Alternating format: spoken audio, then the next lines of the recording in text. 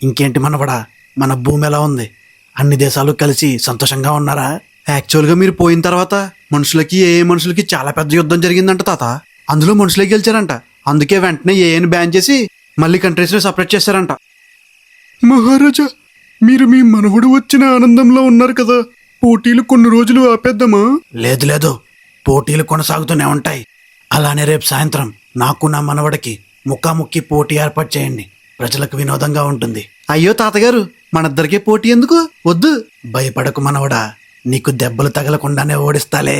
భయం నా గురించి కాదు తాతగారు, మీరు ఓడిపోయాక మీ పరువు పోతుందేమో అని. ఏమన్నావు? నన్నే ఓడించేస్తావా? నా శక్తుల గురించి మీ నాన్న నీకు సరిగ్గా చెప్పినట్టు లేడు. బాబు, ఈ గ్రహంలో అందరూ శక్తులున్న వాళ్ళే. ఎవ్వరూ మా రాజుగారి ముందు నిలబడలేకపోయారు. సర్లే, ఇదంతా ఎందుకు గానీ నన్ను కేవలం 2 అడుగులు వెనక్కి జరపడానికి ట్రై చేయి నీ శక్తులతో. అలాగే తాతగారు. ముసలోడికి దోల తీరిపోయిందిరా. ఉన్నాడంటావా పోయాడంటావా?